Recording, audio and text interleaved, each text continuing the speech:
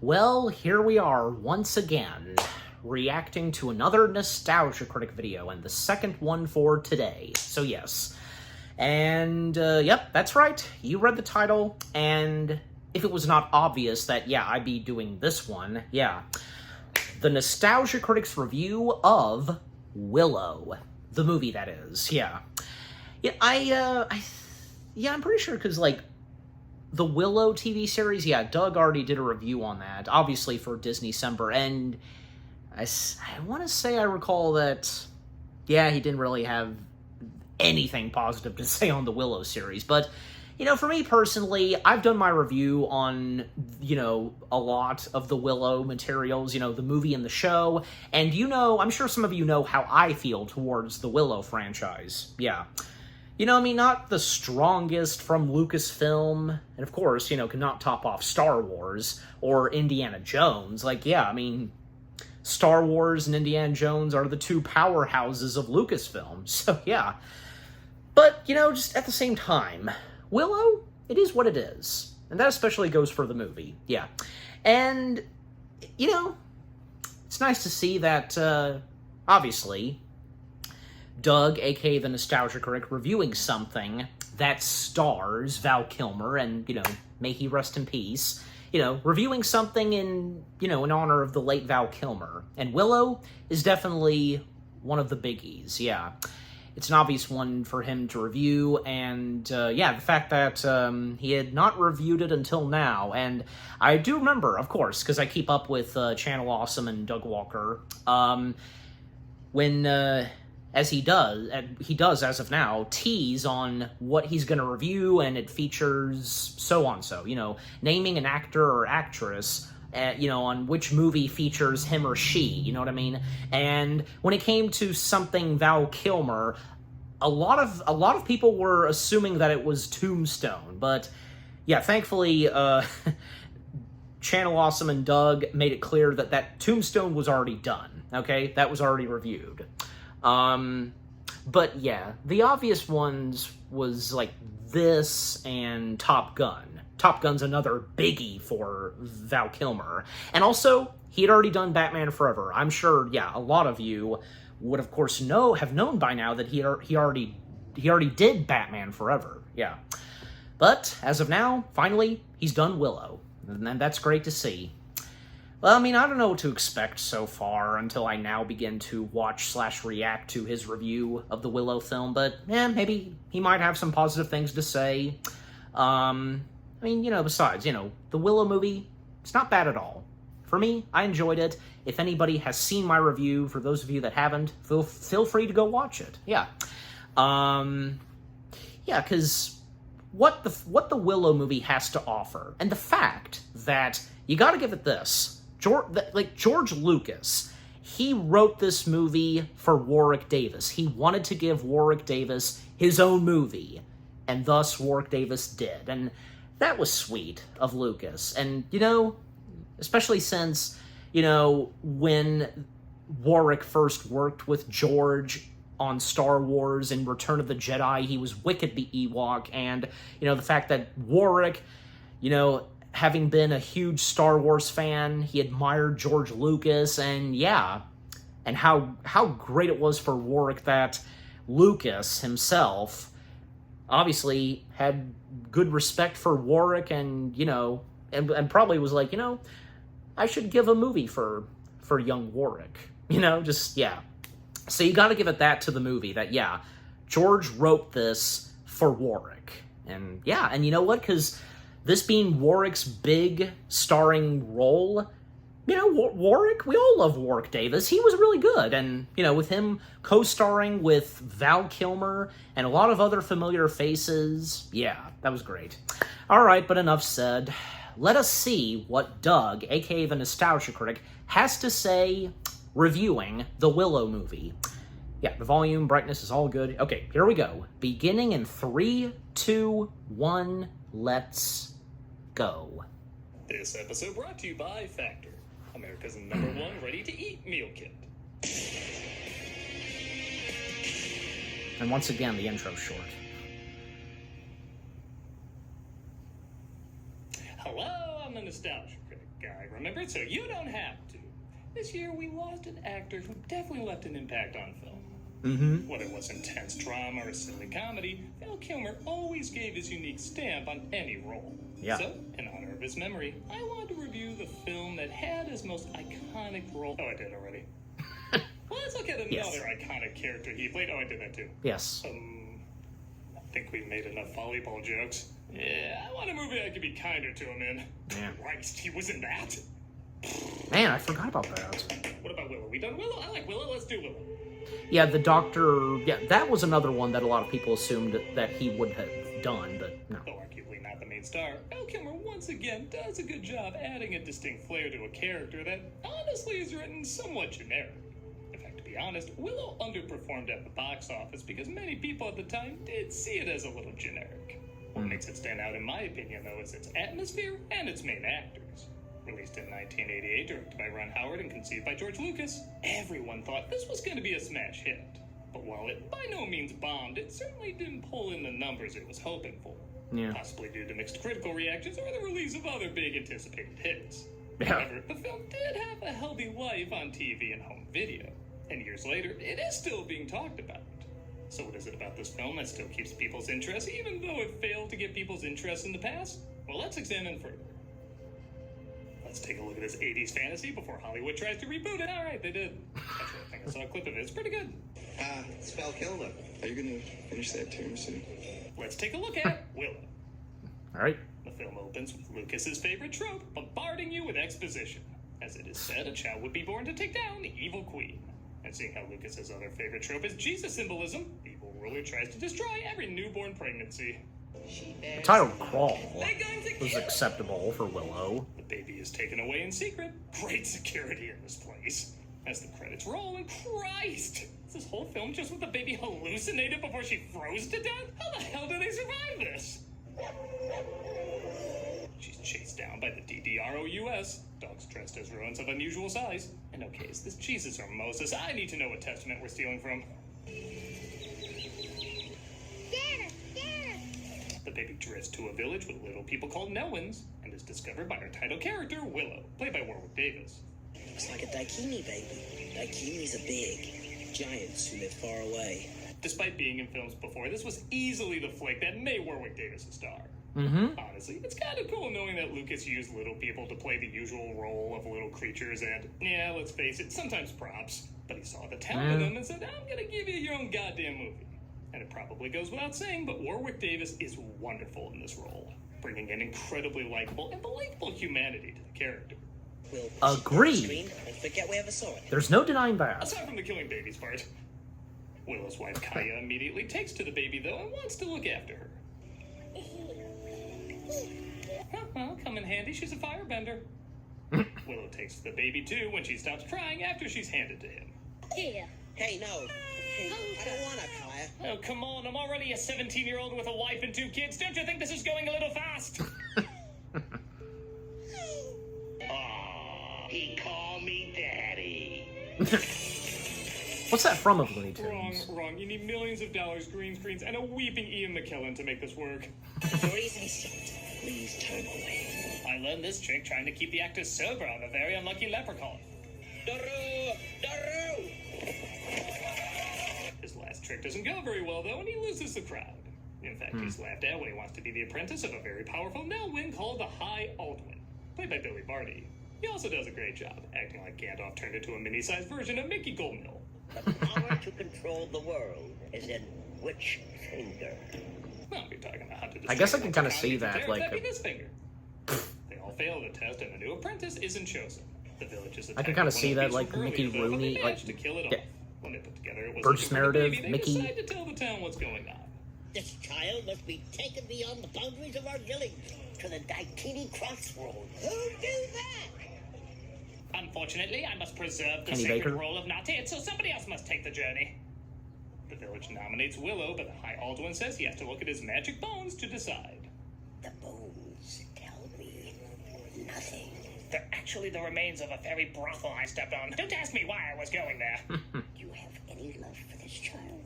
Yes, I do. The bones are just an excuse to see if Willow really cares for the child, which he says he does. So it's decided he should take her. Other Nelwyns agree to go with him, as before he sets out on his journey, Willow admits to the High Alduin that the finger he really wanted to pick was his own. That was the correct answer. You lack faith in yourself. You have the potential to be a great sorcerer. Far more than the little sorcerers down the road who only have the power of possessing our nightmares. Should have seen that He gives coming. him magic acorns, which he says will turn anyone he throws them at into stone. Yeah, I trust a guy who said many of his magical ways were bullshit. I love the fact that they do show that he's magical, but he doesn't always know how it works. Go in the direction the bird is flying. It's going back to the village! Ignore the bird. Follow the river. Blair Witch would be over a lot faster if they just did that. They begin their journey, but the Maybe. evil Queen Bev Morta, played by Jean Marsh, sends her top Skeletor to find them. Help my daughter Skeletor. to find that tiny, helpless baby. Baby of the prophecy. Sorry, just wanted to show I was the bald guy from Raiders. Okay, I'm good. That is him, right? Give me some water, Peck. Our heroes make it to the crossroads, but they also discover a prisoner named Matt Mardigan, played by Val Kilmer. Water. Yeah. Hurry up! He's looking right at us. Well, I better do what he says, or he'll stay in that cage. Wait, why are we negotiating? Let me out of here. I'll take care of the baby. I'll admit, when I first saw this movie, I didn't even recognize Val I Kilmer. forgot that the baby, how Yeah, I her was 6 and reaction didn't to even know who Val that. Kilmer was, but when I did later, I didn't connect him back to this film. All that hair and makeup, and again, a unique performance from what I usually saw of him, really did just make me see this character.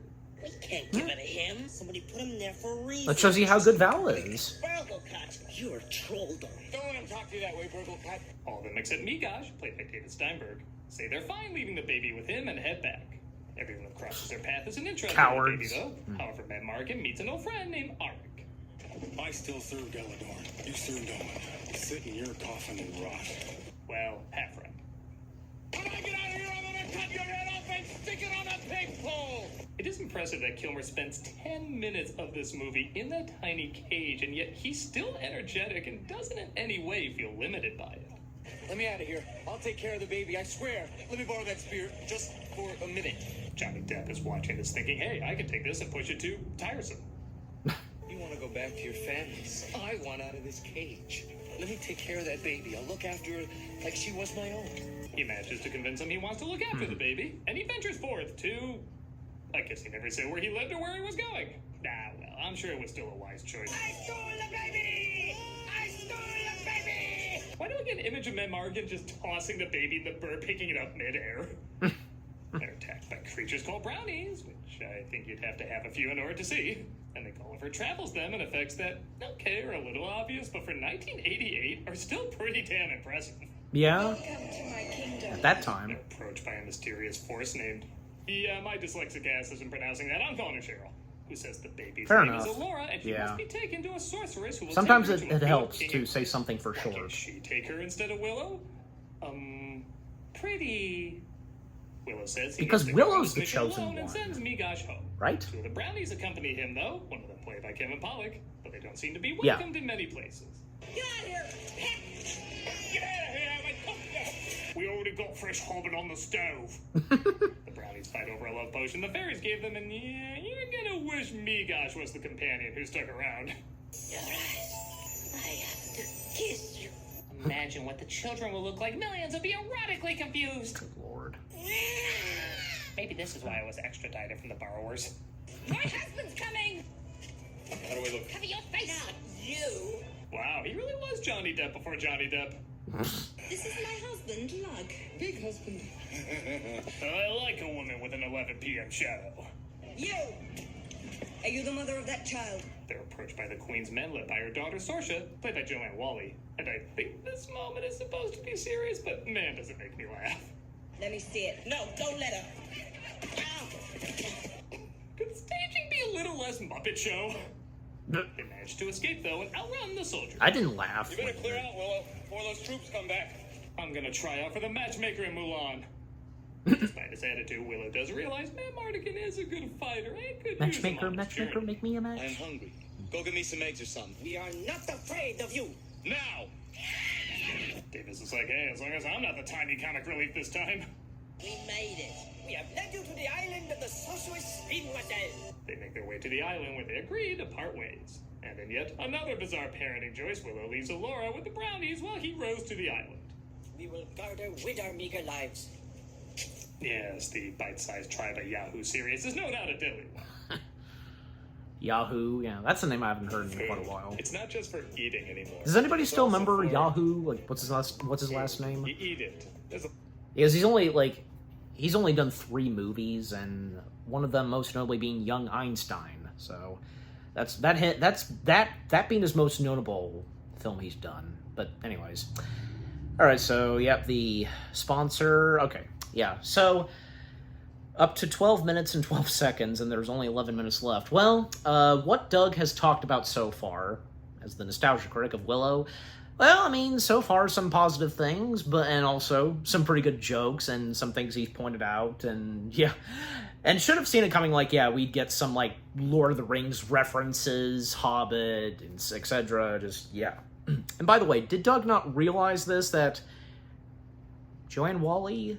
Yeah, who plays What's-Her-Face in Willow, because it was not long after, say, the Willow movie, her and Val Kilmer, they did end up getting married, and yeah, I wonder, because, like, you know, if he did, and if it would be Doug's decision, like, if, you know, if he wanted to make a joke, I guess, like, because, yeah, at somewhere in the mid-1990s, yeah, she, pardon my French, but it's true, she pulled a dick move where, when Val Kilmer went off to act in the remake of Dr. What's-Him-Face, you know, that with Marlon Brando, well, when he departed to go work on that film, she filed for divorce unbeknownst to Val, and if you know this story, just, yeah, jeez, that's horrible. But look, I mean, I have nothing against her. Look, I mean, she's a good actress, and it was nice to see that, you know, she was one of those returning cast members of the Willow movie to come back for the series, but at the same time, what was the gal thinking?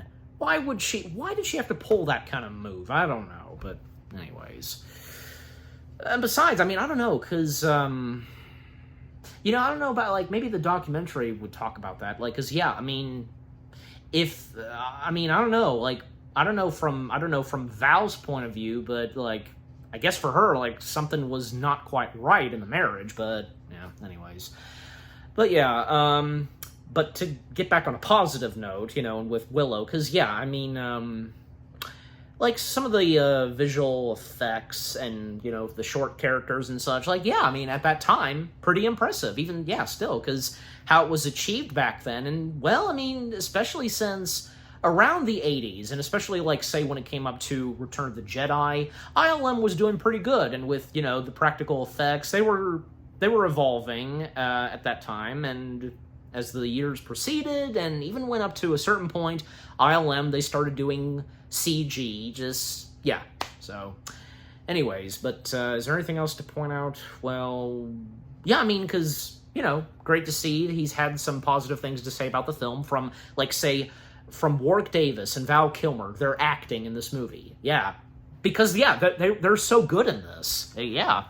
And I'm glad to see that, you know, Doug acknowledging, because, you know, with Warwick Davis being so good at this and pointing out on George Lucas making this movie specifically for Warwick, yeah, that's great. All right, but yeah, that's all I've really got to say, but until, yeah, after the video is done, so time back in. Yeah, time out, done, time back in, so.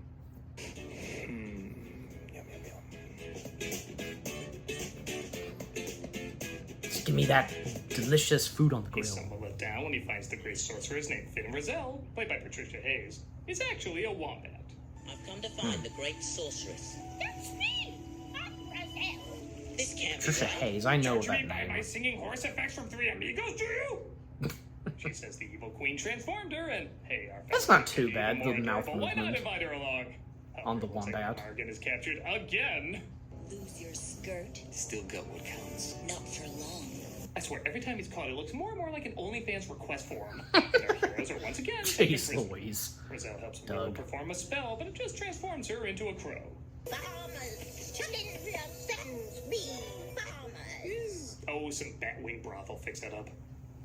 And Markin gets hit with a love potion, though, and you guessed it, falls in love with Willow. No, this isn't Lord of the Rings. He falls in love with Sorsha.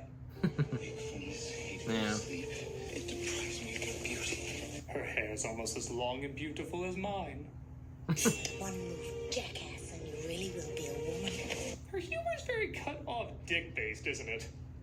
But here's a Well. shocker. She gets turned on by Val Kilmer confessing his love for her. It touches with I mean, she was on the evil side before, but then, yeah. What goes on here? Huh, nothing anymore. Val blocker. They managed to fight their way out. You are great. Mardigan, the great maker. And they end up going shield Okay. Oh no, one of Willow's spells turned him into an Annabelle doll. Well, if you blink for a second, you will miss Falls off. it. Willow crashes into a village and... Okay, I know the type of film I'm watching, but whenever this scene plays... Well, Mr. Chairman, it's just that most of the members in Staffordshire feel the whole thing's a bit Monty silly. Python. It's been a while since I've seen the movie, so I can't remember that much on Patricia Hayes in this. Also finding a place to hide. For once, they actually capture someone as they take Sorsha prisoner. You said you loved me because I'm your sun, your moon, your starlit sky. Oh my god, did I say that? I'm falling in love with myself. I will say, for such a bizarre setup, these two do surprisingly have chemistry. Yes. It's one of the few times a couple both loving and hating each other actually kind of works. It feels under the spell most of the time that get old, but it wears off and he isn't sure if it's still in his system. That combined with Sorsha's mixed feelings about her mother does make this weirdly believable and fun to watch. Come on! She gets away though, however our heroes make it to the king and queen. But they discover everyone is frozen today, yeah, you get it. Willow tries using his magic again, but turns Roselle into a goat. Willow! You idiot! Oh gee, I'm sorry, can you hold these acorns? The army approaches, and I love the fact that what stops them is literally just locking the door. Is it just me, or once in a while he'll use his memes, you know? That is just so basic. The aliens from Signs are like, yeah, now try being allergic to water as well. Not so easy, is it? It looks like there's trolls in the castle, too. Not the best effect. It looks like the land of the lost monkey got jizzed on by Ivan Ooze. But Willow... Oh, hey. At least they're practical. They're right there. 1980s PG's it up! It turns into a different type of monster, though, as Markin basically tries home aloneing the castle. Again, the keying effects aren't always great, but this is still really well animated and intimidating. Yeah. Again, that being practical, so... I should point out, by the way, the official name of this Is monster that is audio the from Eborsisk. something? Like... And in case you're wondering, no, they didn't like this movie. Oh, okay. There is something really funny about these two fighting this whole army off, just both being really clever and really stupid at the same time. Quiet, or I'll turn you into a suitcase. Who does that cabbage think he is? It had to be something Skeletor, right? Sorsha finally decides, screw it, she'll be his Huckleberry. He stabs the beast in its head, causing its head to blow up. We don't know the anatomy of this thing, maybe it's how it works. Maybe because of But the general magic. takes Allura. Or this Raggedy Ann doll standing in for Allura. Elora's gone. They've taken her. Oh, I can't help but feel partly responsible for this. Another... Elora's taken to the Queen, but our heroes, along with Auric's army, are following close by.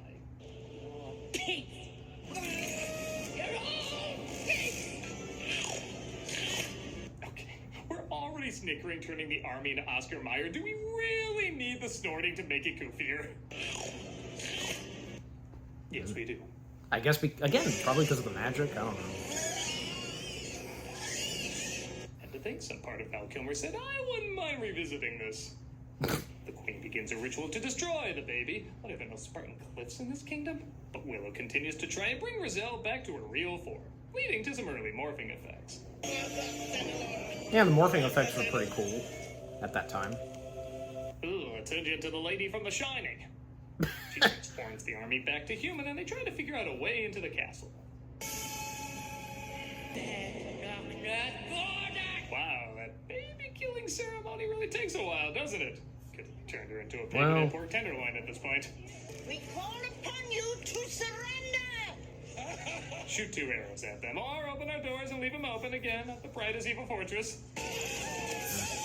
The army rises from holes they dug. Again, I guess none of the guards were really looking out over anything while they were digging that. And they invade the castle.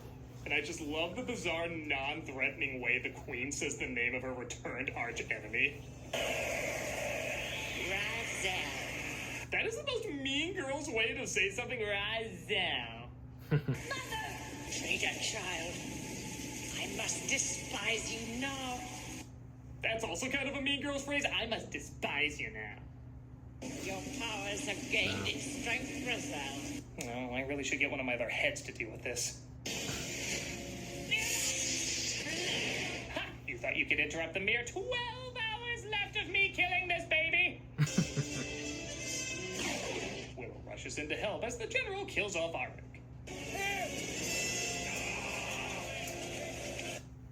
What was that? Did he have an I don't Uber know. waiting during that battle cry? All right. Sorry about the ride share. This is what you get for trying to save a couple bucks. It also doesn't help that Arik doesn't exactly die the best.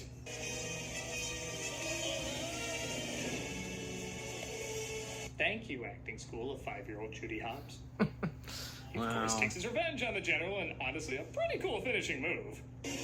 Yeah, and like just breaking part of his helmet, and That then is still one of the gooeyest stabs I ever heard. And I love for all the knowledge and magic and sorcery these two are using sometimes. You just gotta punch a bitch. yep. Hey, you broke my weird Batgirl hat! I'm a great sorcerer. Willow uses the magic acorns on her that start to work, but then suddenly fizzle. And I know this wasn't a thing yet, but this is pretty damn close. Is that the extent of your powers, Eh. little one? Does any of what this character built it's up have a okay. payoff? Yeah, that's how she did He that. uses one of his magic tricks to fool her, making her think he made the baby vanish. This causes her to lose her balance and send herself into the netherworld. A little forced, but I like the idea of him using a magic trick to fool a powerful sorcerer. It's a solid idea. Speaking of solid, all the people in the previous castle are broken out of their shells, including the king and queen, and order is restored. I suppose I should answer for my countless murders and war crimes, but my dress and hair are so pretty now, I must be good. Now she was redeemed, so. Heads back home to a hero's welcome, and he's reunited with his family. This leads to the final epic line of absolutely nothing. Okay, the third act's a little rushed, but honestly, I still think this film's a lot of fun. Yeah, it is. Everything meets the standards it's establishing without necessarily surpassing it. That is, except for the pacing, which even during the weaker moments still kept my interest. And as I mentioned before, the acting. Warwick Davis is a wonderful lead. Everybody's doing their best to play their roles either in a believable way or an entertaining way. Yes. And I know it sounds weird, but I really do love Val Kilmer in this. I know it's weird focusing on this film, seeing how he's done much better performances, but I really do think this one's underrated. For a role that doesn't really offer anything that new, he does bring a unique energy to it that makes someone who should be generic very fun and interesting. I feel like he really gave his all in this performance, and let's be honest, he could have coasted if he wanted, and I think it still would have turned out okay. It shows how much effort he put into this performance, and also how much effort a lot of people put into this little, yet memorable, fantasy adventure. Yes. They did their best. I'm a nostalgia critic guy, remember? So you don't have to. All right. See you in the next one, Doug. Razel. Razel. This month for cameos for... All right, and the charity shout-out as always. Okay, so that was the Nostalgia Critics review of the movie Willow. Yes, and that was pretty good, you know? The positive things that Doug has had to say, and towards the end, his final thoughts and results, well, finding this a fun movie. And yeah, because from the cast and everyone that worked on this, and Ron Howard, of course, can't forget to acknowledge Ron Howard. They did their very best, even though Willow didn't turn out to be a crowning achievement or anything like that after, say, you know, the original Star Wars trilogy, and even when Indiana Jones was still going on at that time in the 1980s, like, yeah, Willow having come out a couple of years before, at that time, the third and final installment of Indiana Jones, The Last Crusade. Yeah, and again, the fact that George, he created/wrote this movie specifically for Warwick, giving him his own movie to star in, and that was great and sweet of George. And, well, you know, not to mention, like, you know, Willow wasn't the first, like, big-time movie for Warwick. Well, because if anybody remembers this, well, I mean, we've got Disney Plus to thank for to keep our memories fresh on this, where, you know, the 2 Ewok movies, now, they would be considered canon, would they? Or just, like, you know, probably Star Wars Legacy. There's a specific name that's given for the 2 Ewok films, as well as the Micro Clone Wars series. You know what I mean? Just, I can't place it, but yeah. Yeah, I mean, because again, at that time, like, yeah, Warwick did those 2 Ewok films, but it was Willow that really just, yeah.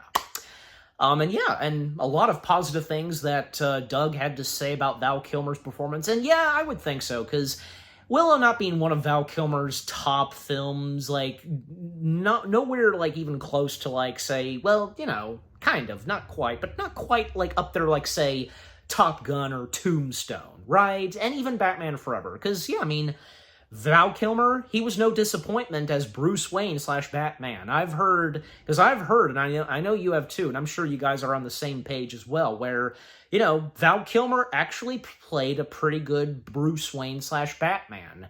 Especially when it comes to Bruce Wayne himself, not as Batman. You know, even the late Bob Kane, because Batman, yeah, like Batman Forever and Batman and Robin were the last 2, I'm pretty sure, yeah. They were the last 2 Batman films that Bob Kane got to see, most notably Batman Forever. And even Bob Kane, I'm pretty sure, yeah, he had a lot of positive things that he said, you know, about what Val Kilmer brought to Bruce Wayne/Batman. So, yeah, but anyways. Yeah, and also, yeah, I want to go back and, because I was going to, and I'm going to, because I want to hear that again, what Doug pointed out, because apparently, yeah, Siskel and Ebert, they didn't like it, but apparently, yeah, the name of these creatures, like, what was it again? I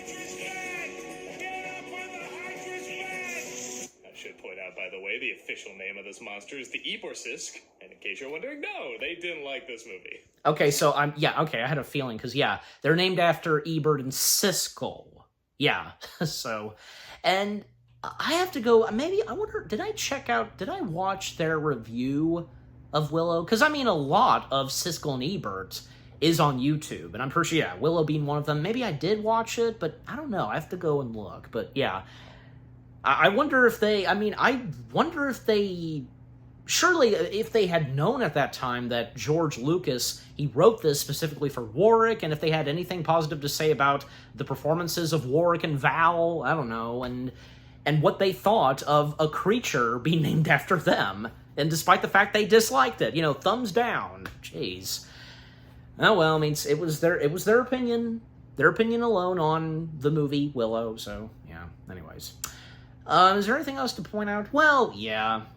Yeah, just, you know, despite some things here and there that Doug pointed out, still, the Willow movie is enjoyable, fun, as Doug said. And that's how it should be. And, you know, and say what you will about the Willow series, again, not only did I review the movie, but thankfully just in time, I managed to watch the entirety of the show, and even the behind the scenes. I reviewed all of that. I did my review on it, if you want to go check it out, and I managed to do all of that. Like, I watched all of the Willow material TV, the TV series, that is, before it was taken off Disney+. I succeeded. Yeah, good on me. Gotta give me that, because, yeah, I managed to, here's the thing, because I was planning on reviewing Willow at a certain point, but when the announcement was made that Willow was going to be removed, I was like, crap, I've got to get to it as soon as possible. Like, yeah, I can't waste time anymore. I've got to get to it, and I did. So, Right, but anyways, but like I said, yeah, if you check out my review of the Willow series, and with that, the behind the scenes, yeah, because I had some positive things to say about the series, and again, say what you will, yes, the Willow series, not as good, and not even close to, say, the movie, but still, I'm sure as though, yeah, all of those who were involved in the Willow series, and that, of course, goes for Warwick, and Ron Howard was an executive producer, was he? I have to go back and look, like, they tried their best, but sadly, look, they weren't really able to recapture the magic like what the movie brought. No way, just, yeah. And besides, you know, the Willow series is its own piece of material in the world of Willow, so yeah.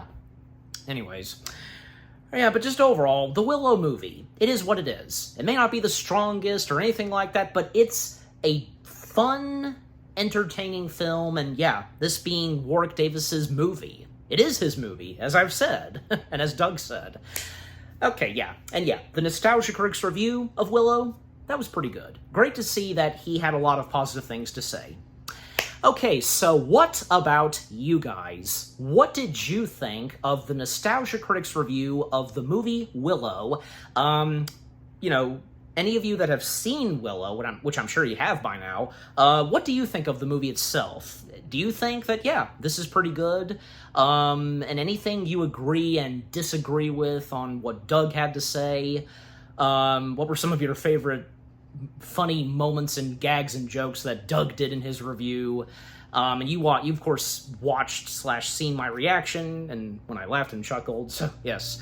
Do you have any favorite moments from the movie Willow itself? And, you know, what do you think on the performances of Davis and Kilmer? And any of you that have been watching any movies that have Val Kilmer, especially after he passed away, was Willow one of them? Like Willow being one of those movies that has Val Kilmer that you're watching for the first time after his passing.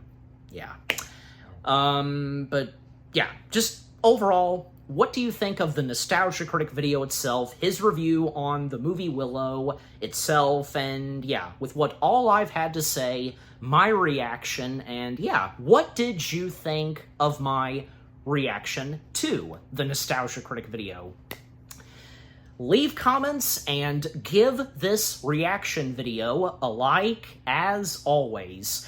And with that being said, thank you very much for watching. I hope you guys enjoyed this reaction video to the Nostalgia Critic's review of the movie Willow. More reaction videos are coming your way. They're going to be awesome. Keep looking forward, and I'll see you guys in the next video / reaction. Take care, rest in peace, Val Kilmer, and peace out.